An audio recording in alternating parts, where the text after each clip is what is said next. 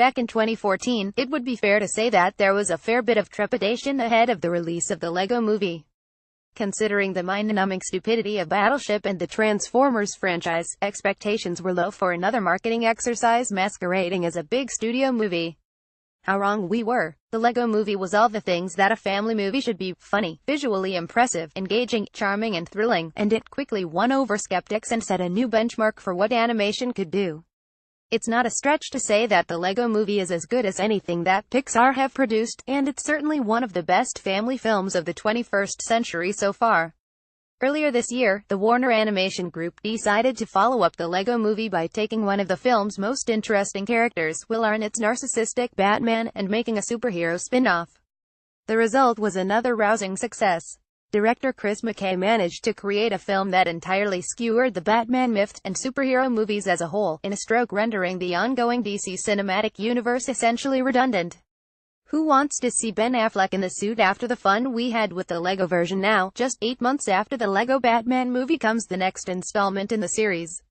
The Lego Ninjago movie is based on the Danish brand's ninja-inspired toy range and features the voice of Dave Franco as Lloyd, a teenager facing bullying at school on account of the fact that his father is Garmadon Justin Thoreau, an evil villain intent on destroying Ninjago. The Lego Ninjago movie may just be a victim of the franchise's own success. As with the previous Lego films, the animation is an absolute joy. The worlds rendered in plastic bricks are sumptuous to look at, and gags about the limited range of movement of characters may not be news but still hit the mark.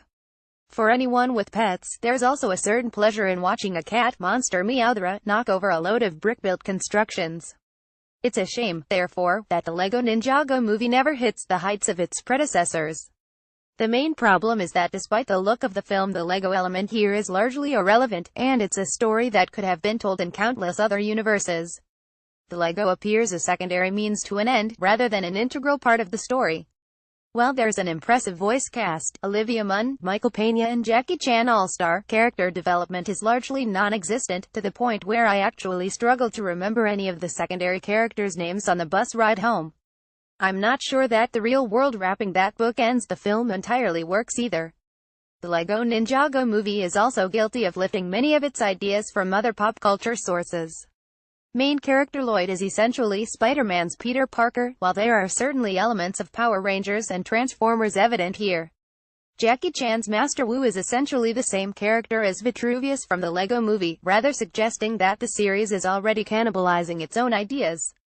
It's also a shame that much of the film looks like a marketing opportunity for new Lego toys, a trap that the previous films had just about managed to avoid.